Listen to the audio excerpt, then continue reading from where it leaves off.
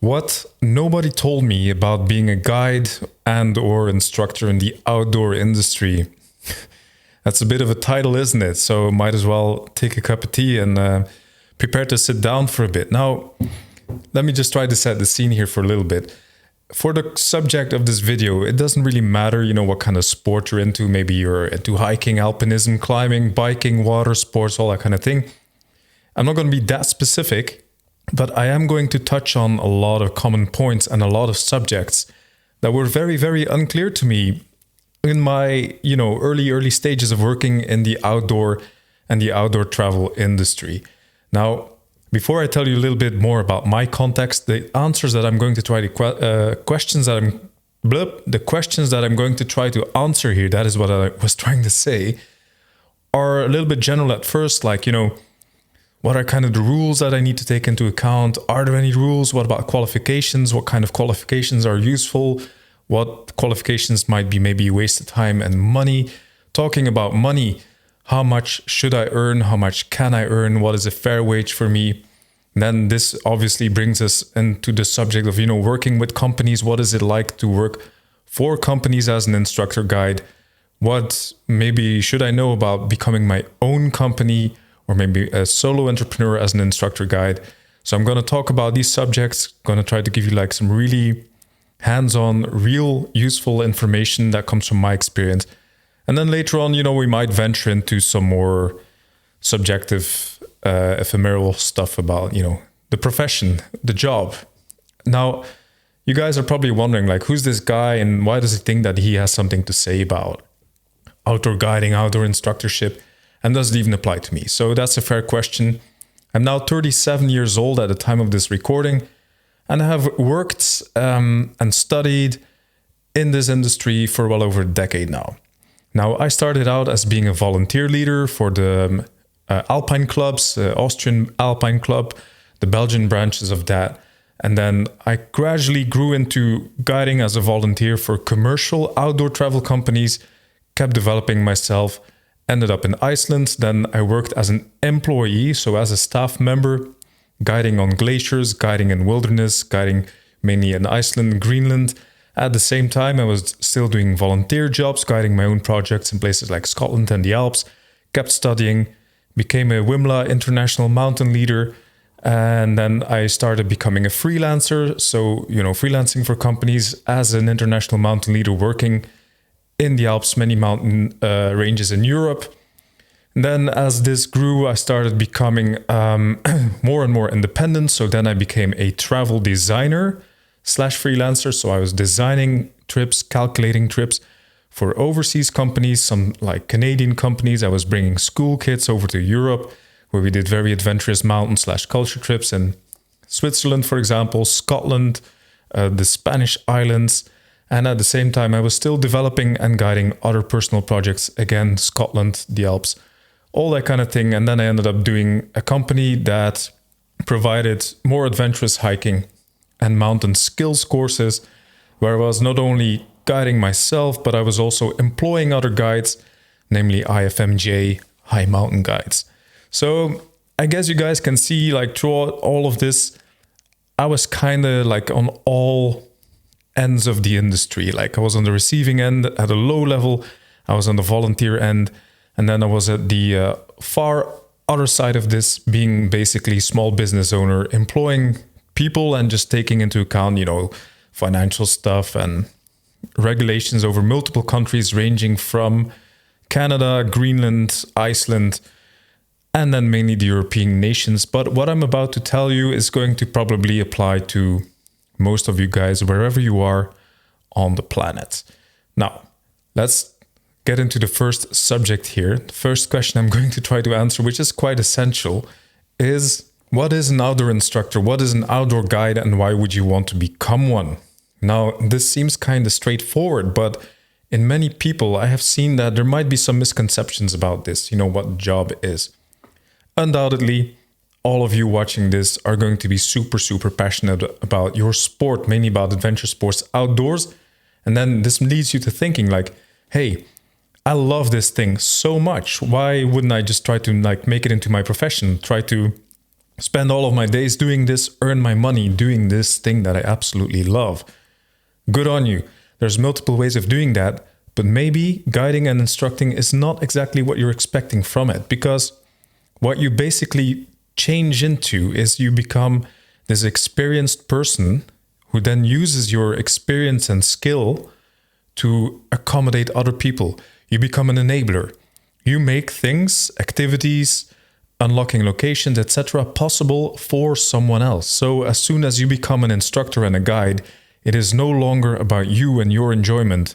It is all of you and your experience in the service of someone else, enabling something for someone else. So if your sole motivation is to just get the absolute most out of your sport and your activities, being an instructor guide maybe is not what you want to do. So you need to ask yourself, do I want to enjoy this thing for me, or do I want to unlock things for others, sometimes at the expense of myself? So I'm at the opposite end there. I'm a firm believer that being a guide is about enabling experiences and places for other people. That is my subjective standpoint on what that is. Now, this brings us to the next question. How do I become an outdoor guide? How do I become an outdoor instructor? Well, depending on, where you live, the question could range from just naming yourself one all the way down to multiple years of quite challenging courses.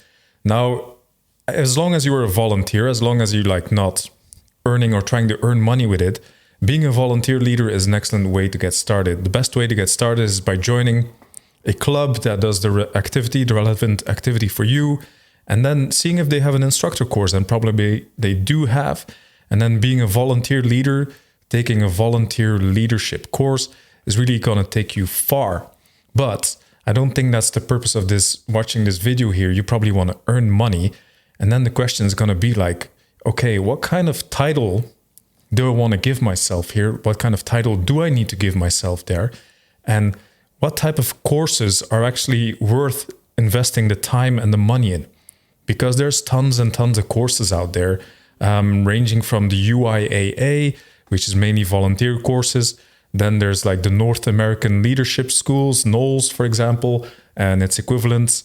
They also operate in other parts of the globe, I guess.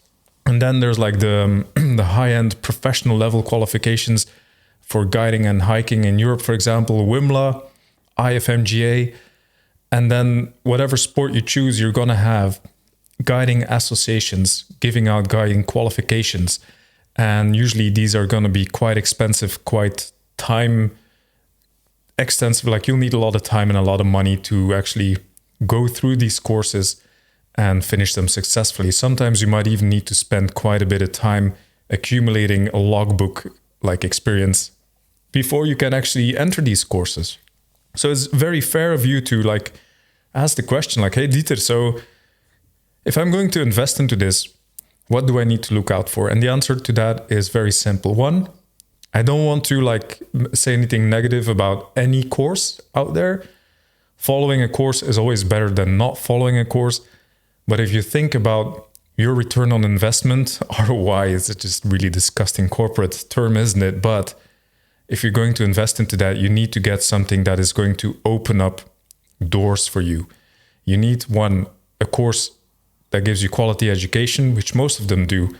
Then you need something that's going to give you some kind of a label that is going to grant you quality and trustworthiness. So if something is recognizable as something that people know, it's going to give you a brand identification type of thing that makes people see okay, so this guy or this girl is having this label. That means they're top notch. They know what they're doing. It's a quality label. So that's one thing to look out for. And if you're working in a country that is actually regulated, or you want to work in a place that is regulated, meaning that the profession of guiding is protected by law, so you can't just, declare yourself to be a guide, then you need to study the relevant thing, which is not always obvious.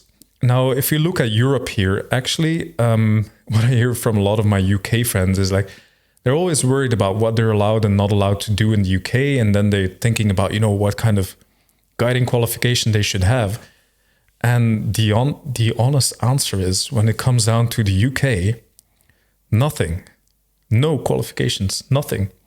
Legally speaking, as far, correct me if I'm wrong, anybody can label themselves to be an instructor or guide, and no law is going to prevent you from doing that. The thing that's going to prevent you from doing that in a place like the UK is whether or not you can get insurance, or at least affordable insurance. And quite often insurance companies, which are used to like handing out these insurances, like, selling these insurances, that's a better word, are going to be familiar with some of the qualification schemes. And they might request that, you are a mountain leader, or you are whitewater certification, whatever level, or mountain bike instructor, whatever level, climbing instructor, etc., in order for them to be willing to sell you that liability insurance at their normal rates. They might be willing to sell you that insurance regardless, even if you don't have any qualification. And that's going to depend on whether you can convince them or not that you are going to be professional and safe operator. But long question, long answer short, in a place like the UK, you can be an outdoor guide, you can be an outdoor instructor without needing to have any qualification. If you're going to look at Europe, that's going to be an entirely different matter. The Nordic countries, so Iceland, Iceland, Norway, Sweden, etc., Finland, I don't think that in these places the profession of guiding is protected by law requiring you to have a certain label. It's the same thing as in the UK. Eastern Europe, Slovenia, I think in Slovenia they kind of cancel these requirements. So it's a free-for-all.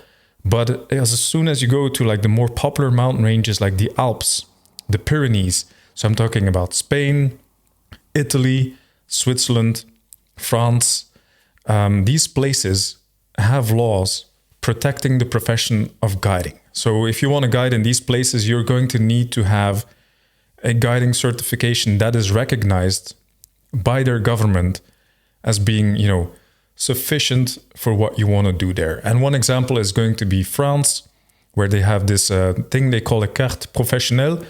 It's basically in a professional card, which holds your name and a QR code, and it's given by the government, and then anybody can just scan your card. They can see who you are, what your qualifications are, and it's basically a badge saying like, hey, I'm a certified guide.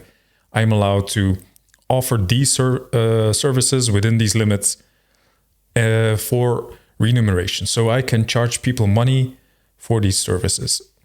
Now, if you don't have this card and you are caught as offering these services, for example, you pretend to be a mountain guide and you take people climbing, or you pretend to be a hiking guide and you take people on the Tour du Mont Blanc or something like that, and then they actually have high mountain police, the Gendarmerie Haute Montagne, they actually perform checks and they stop people, ask them to see their card, they scan it, and then if you're not in accordance to the law, they might actually, escort you off the mountain, separate you from the group, and you could end up in quite a bit of legal trouble.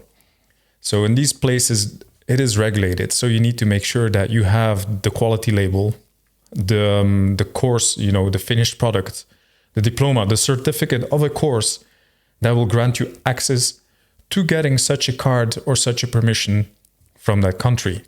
So what you would need to do is you need to find out who or what the governing body of that country is and what kind of qualifications they accept. Now, some of them are more universal than others, and some of them are very regional, which makes it really, really difficult. In a place like France, for example, if you're going to be a hiking guide, you will need to be an AMM, like accompagnateur en moyenne montagne, or you need to have like a WIMLA, UIMLA certification, and then you can send that in and you can get the carte professionnelle. If you want to guide climbing or alpine skiing or alpinism in general, then you need to be an IFMGA, high mountain guide. They even have specialized schools for that. And these labels, WIMLA, IFMGA, they're also recognized in most of these other European countries, Spain, Italy, Switzerland, France, etc. Some countries, they have like, a bit of a gray zone. They have a bit of their own system, like Austria. Austria is a bit of a difficult one, where it's not super clear if you're like, you need to have certain diplomas or not. It depends on the region. So for example, if you go to Vorarlberg in Austria, they will be like, oh yeah, we know what WIMLA is. Yes, you're welcome. Yes, this is totally fine with us. Then you go to Tyrol, which is just next door. And then they'll pretend that, we don't really know it. We don't really recognize it. Of course they do. But this brings me to another point. A lot of stuff in mountain sports and outdoor education, outdoor instructorship is all about protectionism. So loads of these qualifications, especially in the Alps, came about for the protection of the local industry, for the protection of the client, and for the protection of the environment. So they want to try to manage like the load of tourism, how many people are going to be visiting, how many people are going to be going to which places, who can make money based on that. So lots of protectionism. And if you fall outside of the system and you get caught, it might get quite nasty. I'm not sure about the systems in the US. I think it mainly has to do with, the national park systems and then dealing with outfitters and all that kind of thing. But there again, you would need to find out like who's governing here, what are their requirements, and what are the quality labels that they accept. I'll give you a very clear example from my personal experience. So I started out in the volunteer club circuit. I did the UIAA, Union Internationale des Associations d'Alpinisme, etc. I did summer mountain walking and trekking, and then I did the winter snowshoeing and mountain trekking thing. And this was a very useful course. They taught me a lot of useful things, but with that label, I was not allowed to charge for my services in these protected European countries, which made it so that I needed to study the WIMLA equivalent, which covered the same subjects largely. They just had stricter requirements for like what kind of experience you needed to get in, and then what kind of level of performance you needed to have at time of examination. And then I was finally allowed to charge for money in this country. So long story short, in trying to get a quality label, in trying to select a course, make sure that you invest your time and your money into courses that open up legal doors in the places where you want to guide. Make sure that you open up doors to insurance companies in those places. So if the place is regulated by law, they need to be recognized by the local governance. If there's no law, like in the most of the planet, you need to make sure that whoever you're trying to get insurance from is going to recognize your qualifications, which might be a bit of a search depending on your branch of sport that you want to work in. Now, feel free to ask down in the comments. Maybe, somebody's watching that knows more about your specific region or your specific sport, and they might be able to answer your question there. This brings us to insurance. Like, what kind of insurance should I get? If you're going to be employed by somebody else, they will be the ones taking care of your liability insurance. Like, you will be insured as an employee for them in almost all of the cases, in almost any place on the planet. It becomes a little different though as soon as you become a freelancer. So if somebody's going to hire you for performing a temporary job, they will probably ask that you are insured yourself. Now, this is not very difficult. Basically, anywhere on the planet, what you need is a liability insurance that insures you and whoever's potentially suing you for damages. So imagine you're a mountain bike guide, you're taking people out mountain biking and somebody falls. Like, they take a bad fall and they have like pretty hefty medical bills. Then in this case, like, you'll hear a lot of doom stories about, people suing like this. Guys, we're not always in America. Like, the people that have accidents, your clients, are very seldom going to be the ones suing you. What is going to happen is that there's going to be an accident. Then this person is going to go to their insurance company. They're going to declare their costs. this insurance company is going to try to find a link between, cause and effect. Like, what are the damages? What is this costing? Who or what might have been the cause of these damages? And then this insurance company might try to get you to be responsible for the expense of what actually happened. Now, proving that is going to be quite difficult, but that is basically what you're trying to protect yourself against. So if you are insured, for example, I would have insurance like stating what my type of activities are, and then I'd have like an amount per person. Like I would be protected for legal expenses. I would be protected against people making damage claims against me, that kind of thing.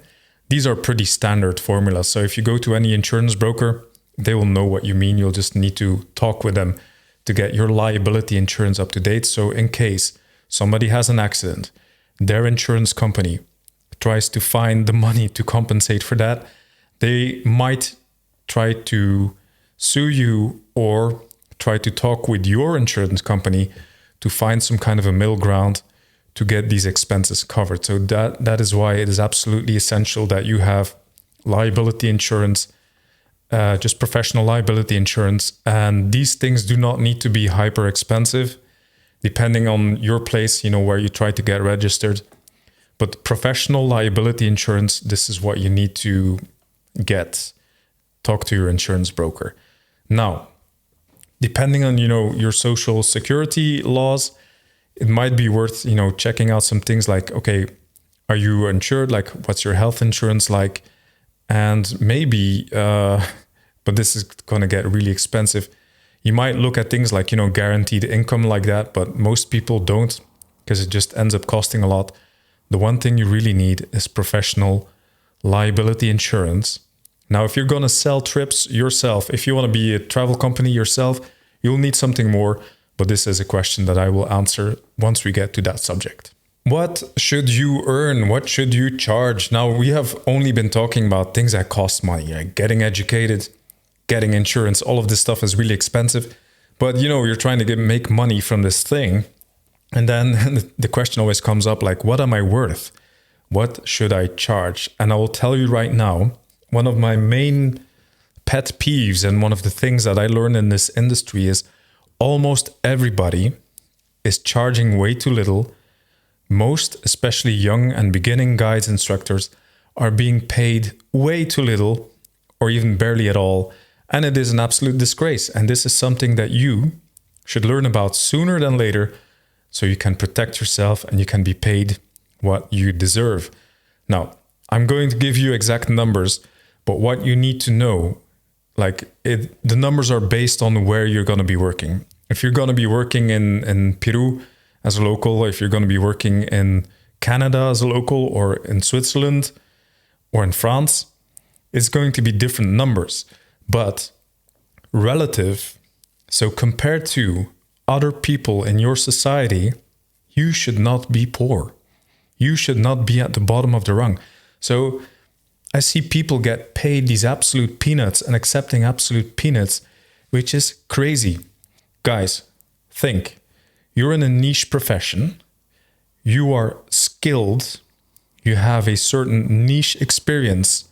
You are available at odd moments for a long time. So maybe, if you're somebody who works for a travel agency, as a hiking guide, for example, you might be out there for 10 days in a row with people that you've never met before. This earns you a solid wage, which at a minimum should not be less than what anybody comparable in society is going to make. For example, let's say that you're an outdoor instructor working at an outdoor center. Oh, they'll try to nibble you down. Oh my God, we'll give you a bed and we'll give you food. And then at the end of the day, this means that we'll give you basically no money. Oh God, please don't fall for that. No, you should be earning as much as anybody working, in retail, anybody working maybe in logistics, anybody with your comparable age and education. If you are earning less than them, please, you're being abused. Another example, imagine you are a freelance guide, and like you are independent freelancer. You should not be charging less than any other skilled independent craftsman. So ask your friends who are maybe plumbers or maybe joiners or electricians. Ask them like, hey man, like, what do you charge for a day? What do you charge for an hour? And then try to work it out. Because if you are charging less than them, do you honestly believe that you're not allowed to earn the same thing as any other craftsman? You're giving people your time, your experience. They depend on it largely to offer this quality experience to their clients. And also you're the one, liable if something goes wrong. You should be, paid at a minimum something that is similar to other skilled craftsmen within your, surroundings and age group. Now I'll give you an example. For me, being an international mountain leader in Europe, let's say France, for example, and then in summertime, this is the time when, guys like me are going to be doing multi-day treks. So companies are looking for people with my qualifications to guide the Tour du Mont Blanc, for example, very famous trek. Thousands and thousands of people do it every year. Takes about a week where you meet the clients and then you're with them day and night until the end of that week. Now, I would not do this for less than 250 euros per day without expenses and before tax. And even that would be very little. If I compare, what I would charge to do something like this compared to what, maybe a joiner or electrician of my same age would charge for a day of work, that would still be peanuts. Now, if you come from maybe a background where you're being employed, or maybe you come from a background where, you have steady employment all through the year, you might think, oh, that's a lot. It isn't. Guys, believe me, it isn't. So 250 euros for a day in Europe, you need to take into account that you're going to pay taxes on that. You're going to, be replacing your clothes and your equipment. That's going to wear out. You need to pay your rent. You need to pay for transportation, food, etc. You need to be able to live. And then if you look at 250 euros per day, that's kind of slim. So at the end, what I started doing is I would charge a minimum of 300 euros a day for multi-day trek as being somebody who, guides the trip. I don't need to do the marketing. I don't need to find the clients. I just get hired by a company to do this week-long guiding job, for example. And that would be more than reasonable. And the longer I did this, the more I would find colleagues, especially older, more experienced ones, who would tell me like, yeah, that is exactly what I charge. Some charge even more. And that would be completely fine. And even the companies know that this is completely reasonable. But then I would witness that the majority of people would be paid less and they would charge less because they think this is normal. What I often see, like, for example, UK companies offering rates at like 150, 160 pounds per day. Guys, please, come on, you're being exploited. No. You are a niche person who is available for long periods of time, potentially, to do a very strange job which requires niche qualifications, sometimes very complicated paperwork. For example, if you guide the Tour du Mont Blanc, you need to be in accordance with your paperwork, not only for France, also for Switzerland, and also for Italy. Now, this in any other profession would earn you top dollar. Don't let people bring you down. Don't let them nibble you down and tell you BS like, oh, this is extraordinary. You get the extraordinary chance. Not a lot of people get this chance. Please, no, don't do that. Don't undersell yourself. Don't. Because at the end of the day, what's going to happen is you're going to struggle financially, potentially. You're going to need to get another job. You will be unhappy because you don't feel respected, because you feel like you're putting in so much for so little in return, and you will leave the industry. And this is how most people don't last very long in the industry. This is how people, they do it for a little while, maybe a couple of months, sometimes a couple of years, out of pure passion. And then they're like, you know what? This is not worth the effort versus the money. And they go back to their old job, or they just quit in general, which is really sad and really avoidable, because later on, when I get to the business side of things, you will see that, the guide and the guide's expenses, you know what, let's just dive into it straight away. The companies, they will try to tell you these couple of things. They will say like, oh, you're getting a great chance. You should be grateful. No, they should be grateful that you are available and that you put in all this effort to, be able to offer them this service. It comes from both sides. And then another thing they will try to tell you is like, oh, but this is what we've always been paying. This is what we pay everybody. Just say no. Just say no. Walk away. I know a lot of guides who like maybe afraid of saying no because they're like, oh man, I really want this job. And if I don't do it, somebody else is going to do it for that price. Yep, probably, maybe. But you will also find out that by saying no, or by saying like, I'm sorry, like this is not realistic for me, this is not representative of what I bring to the table, you will meet those companies that will treat you well, that will pay you a normal, acceptable salary. So by saying no, might be tough at first because the people you turn to in the beginning, you might lose them. They might not be willing to work with you, but eventually you will find people that are willing to work with you at a normal rate. And that is what you want. Not only to be respected, but also for your longevity as a professional in this career. You want to feel respected, and you want to be able to live in a normal way. As I said in the beginning, anybody of your age and peer group with a comparable level of experience and skill should be able to. If you're getting less, or you feel like you're getting less, something is wrong. This is why another tip I'd like to give you is like, always talk to your peers.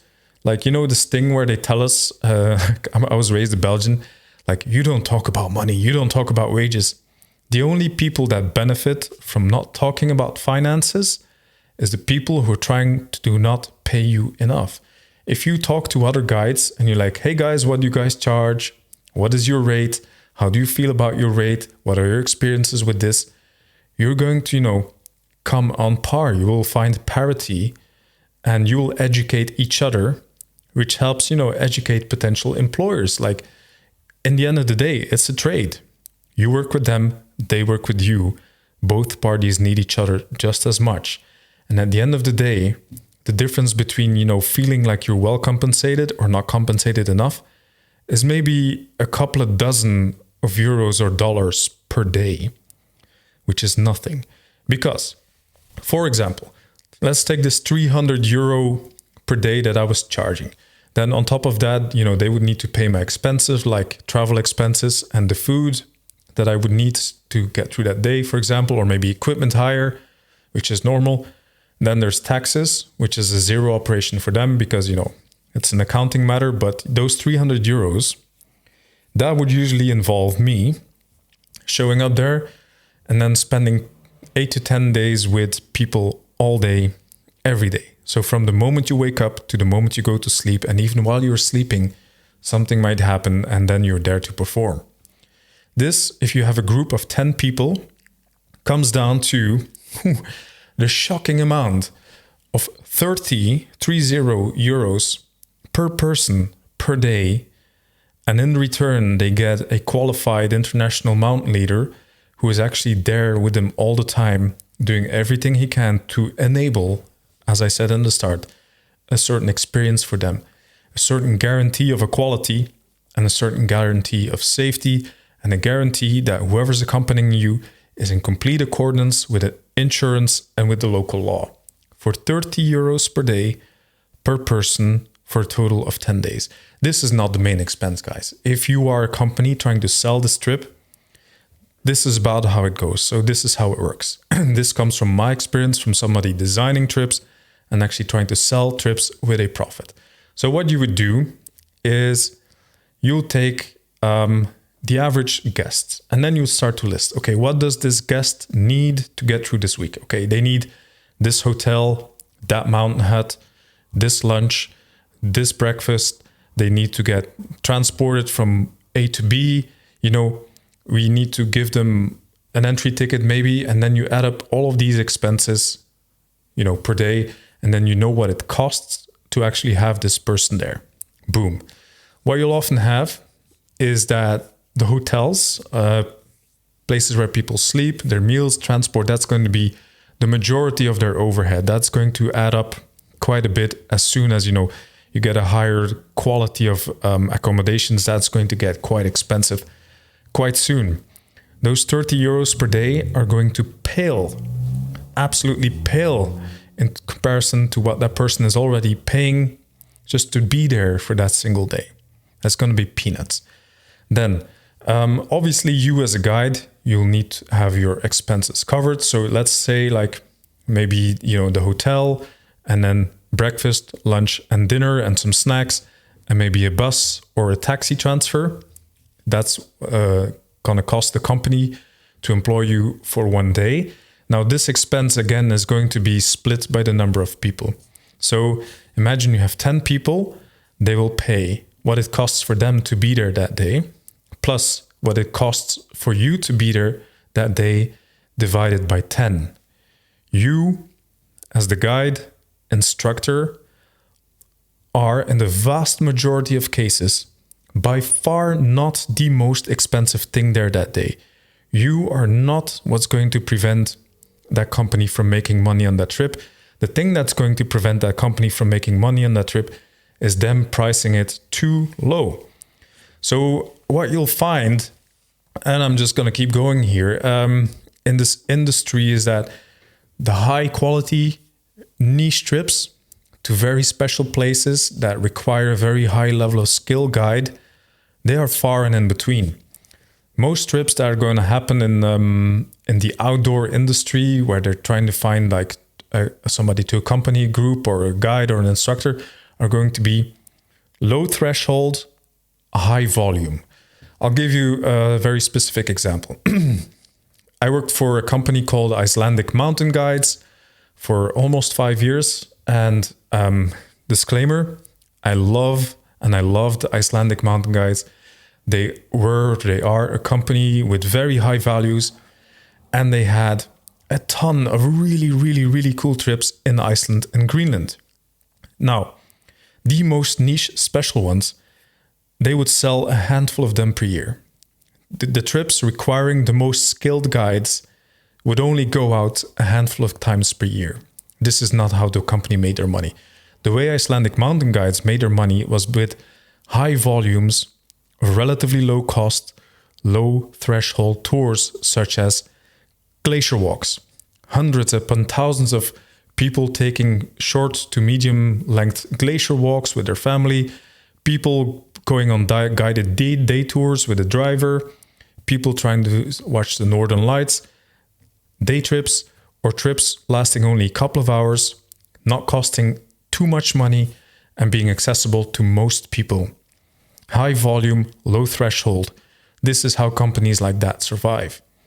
The really niche, very difficult trips, like the really, really cool backcountry trips that would require people to, dish out quite a bit of money, have lots of requirements of fitness and gear, etc., they would not sell. Now, what this generates is that they would have a need for different types of guides. So the guides that are highly qualified, highly experienced, the ones that are charging maybe for them an expensive or higher rate as any skilled technician would, they would need very few of those, and they would not be willing to keep loads of them on payroll because, relatively speaking, they would be relatively expensive compared to the people that they can put on these low threshold, high volume tours. You don't need years and years of experience and education to be a good basic low level glacier guide. You can take any person with reasonable physical fitness, high motivation, nice personality, and then you can train these people into being a safe and capable glacier guide for 1 to 3 hour trips. And, relative to the amount of training that it would take, relative to their, age and the amount of time that they would be willing to do this job, they could get away with paying these people relatively little. And this is how it went in all the other competing companies. This is, what we saw all over the place. These, the more expensive guides, very few, entry level, short term, relatively young, usually people doing things for a short time, they would have most of them and they would not pay them very well, because that's basically the economy of outdoor activities. And that's where you're going to see in centers. So if you're going to try to work for a center and they're trying to find seasonal staff to do relatively easy, low threshold, high volume things, you're not going to make a lot of money. So if you want to make more money, if you want to justify the expense for a company, you either need to be very specialized or, and this is the way I ended up being, you need to be independent. You need to cut out all of the middlemen and just be your own brand and your own person. So that's what I ended up doing. I said, you know what? Instead of working for companies, I have all these ideas, for designing trips and selling the designs, or designing trips and then just selling them myself.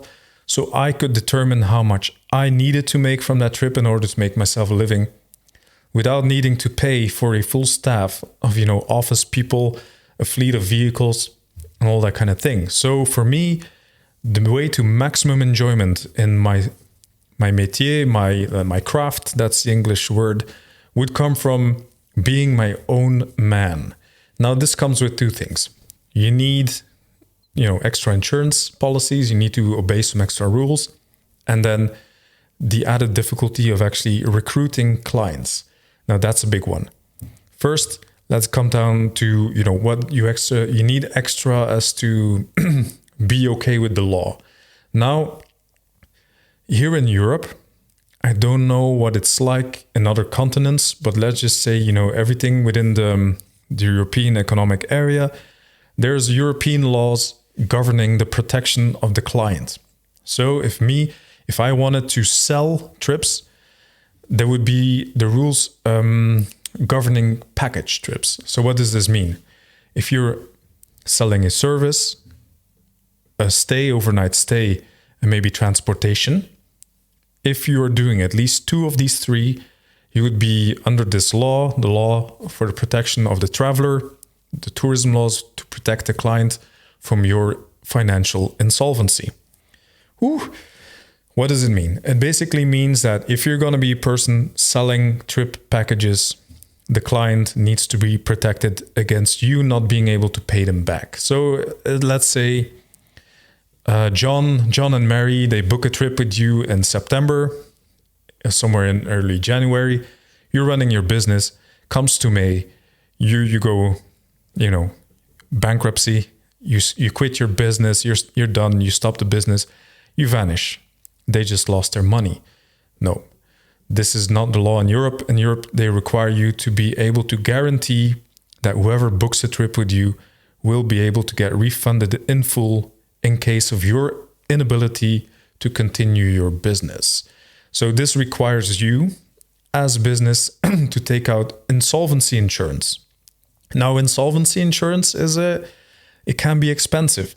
So the way a lot of countries try to do it is by trying to make you a licensed travel agency. And being a licensed travel agency basically means that you are able to prove that you're in accordance with all these laws, that you are well educated, that you have a business plan, and that you have this liability insurance and financial insolvency insurance. Sounds difficult, doesn't it? Really, it is not. It is not that difficult, because if you're freelancing, you already have most of that. You already have your professional liability insurance. All you need to do is to get the insolvency insurance, which, if you're trying to get it indirect from an insurance broker, that might be expensive. The way they're going to expense this to you is by looking at your turnover. So they're going to talk with you. They're going to ask you to bring them a business plan, and then they're going to ask you to estimate how much money you're going to turn over within the year. This is the way it went for me. And then based on how much money you expect to deal with, then they're going to base their fee on that. So the more money you're thinking about moving through your business, the more it's going to cost for you to be insured against financial insolvency. The lower it is, the less it is. So if you're a one-man operator doing pretty niche stuff with maybe like a couple of dozen to maybe a couple of hundred travelers per year, that's not going to be that much. I think I paid around €1,000 per year, slightly less, to be covered by this insurance. Now, yeah, that's, €1,000 per year is not nothing. It's also not impossible. The most difficult thing is getting it. So negotiating independently with your insurance broker might be difficult. Then this brings me back to being a travel agency. Quite often what you'll have is these group insurances. So here in Belgium, for example, we have the Garantiefondsen Reizen, or we have the VVR, Vereniging voor Reis, whatever. So these are basically group insurances. So they have an insurance policy for that niche economical activity, which is selling travel packages. And then you can contact them, and then they might offer you to buy into this insurance, which they are offering or which they have negotiated at a lower rate because they're buying this insurance at a higher volume. Are you still with me? Are you still there? Still following? How's your tea? So yeah, just to summarize really shortly, if you want to have a better, fairer compensation that you decide based on your trip calculations, where you don't need to give away so much of your well-earned money to a governing company, yeah, being your own man is a way to do that. And it is quite possible. There's tons of, tiny travel agencies. The most difficult thing there is the number two. The second part of this thing is all of a sudden you are responsible for recruiting your own clients. Finding people, selling trips might be difficult. So this is something that you're best off starting once you've made a bit of a name for yourself. You have a little bit of a network. But other ways of finding clients is by, paying ads on social media like Instagram or Facebook. Even for relatively low fees, you can get your products out there and you can start to try to sell your own trips. Whew. Right. So that's a lot of things, isn't it? We already covered a lot of ground here. If you're still there, kudos to you. I hope so far, you've learned something useful or maybe got some insights. Because at this point, maybe I'll try to dive a little deeper into the more subjective parts of what it means living a life as somebody working in the travel industry, outdoor guiding, outdoor instructor industry. Before we finish on a positive note, let's look at what maybe might some of the hidden aspects of being an instructor guide.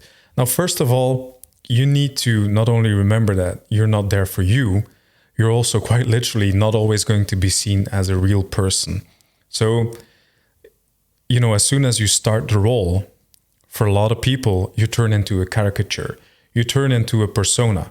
You're not always seen as a full person that has the full range of emotions, comforts and discomforts. You become almost an actor in their play. And you cannot expect your guests and the people you work with to see you as a full person. You're playing a role. So you need to stay in control of your emotions. You can't really show that much uncertainty, fear, exhaustion, suffering from climatic conditions. These are things that you need to stay on top of. You need to be strong and be seen strong, because if you don't, this is not going to be appreciated, and this might take a lot from you. This also involves the fact that this is the second point.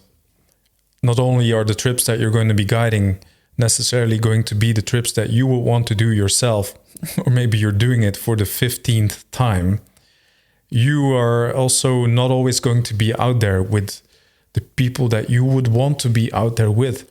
Your companions, your clients, your guests are not always going to be your image of the perfect companion. The fact that they need you, or the fact that they requested you to be there and help them enable this experience, means that they're, very likely going to be lacking in some fields. Maybe they lack just general knowledge. Some of them just want to, not worry about things and have you worry about these things for them. And some of these people are going to struggle. Some of them are going to struggle real bad. They're going to suffer physically, emotionally. Sometimes you might not like them. They might not like you. And you need to stay professional. And you will need to stay professional for sometimes days and depending on maybe weeks on end. Because what you need to remember here is that these people that have bought this trip or this experience where you are responsible for this experience, they are trusting you with a lot. They are not only trusting you with their money, they are trusting you with their very precious time. For a lot of people, time is more valuable than money. They are trusting you with this time. And they are trusting you with their physical integrity, with their health, and with their psychological, mental integrity. They want to come out of this experience feeling proud and accomplished and happy. Now, if you end up with a person that feels broken or humiliated or just bad in general, that is going to reflect really badly on you as a guide instructor. And that's a person you're going to lose. And that's maybe a very important part of your reputation that you're going to lose. So being on these extended periods with people that might offer you really big challenges, while at the same time you're not being perceived as the full person that you actually are, this can be challenging. You are going to be alone most of the time. So if you're working in a center, maybe you're going to be surrounded by a lot of peers. But if you're going to be into, travel and guiding, maybe remote things, you're going to be alone for large parts of the day, very probably the entire day, and very likely for days on end. You are responsible for all of the decisions that are being made. And if you don't have a soundboard in the form of another colleague who's there, or maybe even your boss being there, it might get very lonely. You will be in charge, or you will carry the burden alone a lot of the time, because it's simply not affordable to have multiple guides on small ratio trips. This is literally going to mean that being a guide, being an instructor, is often a life lived alone. Which brings me to the next point. If you're going to be out for a long time, your personal relationships might suffer.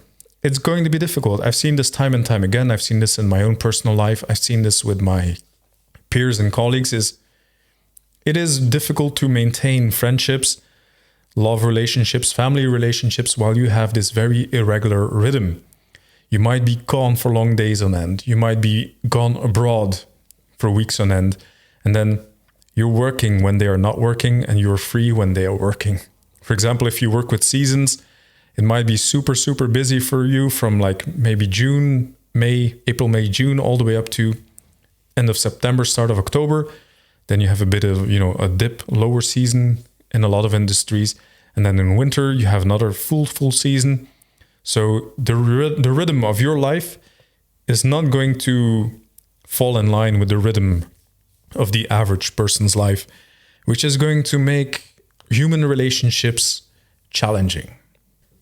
The next point is that quite often this type of work is going to be irregular and demanding. Demanding in the sense that I've already described, it's pretty special and you're often alone, but also irregular. This comes with the seasons.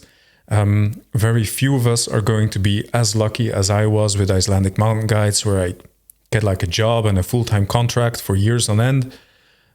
Quite often, when you're a freelancer or you're selling your own services, there's going to be ups and there's going to be downs. Sometimes you're going to get contracts. Sometimes you're going to be able to sell trips, and other times you won't.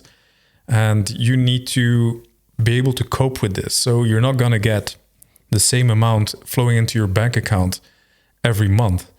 You might get rich months and then some really poor ones. So this is something that you need to take into account. It might be difficult and it might be irregular for quite a long time, and for a lot of us forever. So this is not to be underestimated. It is largely a seasonal business, and this really affects the ups and downs through the year. It took me a long time to teach myself, to convince myself and others that you can most likely do a certain activity all throughout the year. So what I would try to do is I do like summer trips, I do winter trips, and then in between seasons, I try to find places where, you know, the climatic conditions are still kind of interesting and where you can still do things, but you need to be creative. You don't have the support of a company you work for that just says like, hey, you know, here's a group, here's a folder with all the plans, just go and do and we'll pay you. You'll very likely need to come up with very creative solutions for yourself. Now, this is all, you know, rather doom and gloom, and that's not what I want to say here. Basically, this is one of the best jobs in the world. This is fantastic because even if you only do it for a couple of years, it's a magnificent experience. You are being a full person. You're doing what you love. You're putting all that you have in you into it to make the best out of it. And you're just going to go to some great places. You are very, very likely to meet some really fantastic people. And I am absolutely not joking when I say that. People that work in outdoor travel, outdoor guiding, outdoor instructing, they're quite often a really passionate bunch of misfits. And I say this with all the best intentions. They're just always people that don't feel at home in the world. They feel like a fork in a bowl of soup, and they're just pursuing their passion, giving it their all. And I do not doubt that you are exactly like this. And you will meet these people. You will learn from them. They'll come from all kinds of walks of life. And it's going to be a great experience to meet people like this. Also, maybe somebody's going to tell you like, oh, you know, are you sure you want to do this? Are you going to, you know, go for this as a career? Or maybe you're going to pause your career or maybe switch your career into doing this. Oh, it's going to be a bad idea. No, man, no. Certainly not. I have never encountered a job application or situation in which a potential employer looked at my resume, saw this guiding thing, and then considered this to be subpar or negative. On the contrary, it shows that you are passionate. It shows that you can be dedicated. You have niche experience. You have experience working in complex situations. You work with logistics. You work with people from all walks of life, all kinds of levels. Depending on what you do, you get financial experience. Working in the outdoor/travel industry is an asset and something that's going to look good on your resume for the rest of your life. And if you encounter a potential employer that thinks that it's worthless, I would have some very serious questions about whether or not you want to work for a person like that, being who you are anyway. But I wouldn't worry about it, because I don't have any negative experiences, neither with the people that I met along the way, neither with the way all of this experience looks or would look on my resume. Now, I have covered a lot of ground here, and I would like to finish by saying, just go for it, give it your all, but don't let people tell you that it's impossible or very difficult. It is not. Don't undersell yourself. Don't work for poverty rates. Don't work for peanuts. Just say no to people who want to, you know, exploit you. That's basically what it is. Always talk to your peers about financial stuff. Make sure that you are earning something that is, you know, acceptable relative to who you are and what the people around you with your experience and your age group are earning in the region where you are working, so you can have a normal quality life by doing what you're good at. You don't need to crawl on your hands and knees to thank anybody, to, you know, oh my God, thank you, I can work in the travel industry. No, it's a business. You're doing a job. You're good at it. You deserve to be paid. Don't accept low wages because you're afraid that somebody else is going to do it, unless you're starving, of course. But by accepting low rates, you're undercutting your peers and you're undercutting yourself. Everybody, every single individual that accepts unacceptable low rates is maintaining this practice.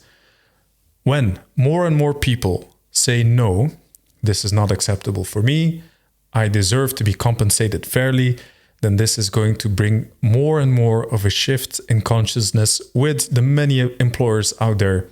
So the industry as a whole benefits from people saying, hold on a second, I'm not going to sell myself for peanuts. Now, I know this is difficult, but hopefully these tips and the insights from my experience, my story in guiding has given you some tools and some numbers and some insights to battle this. Enjoy this kind of lifestyle. And let me just finish with a very important quote. If you're going to behave like a dog, you're going to be treated like one. Keep this in mind. If you're going to sell yourself as a dog, you're going to be treated like one. You are a motivated, passionate, experienced, well-educated person that is good at something and that wants to enable experiences for others. And you must and shall get most of it. Thank you for watching. Let me know in the comments what you thought, and maybe I'll see you in another video.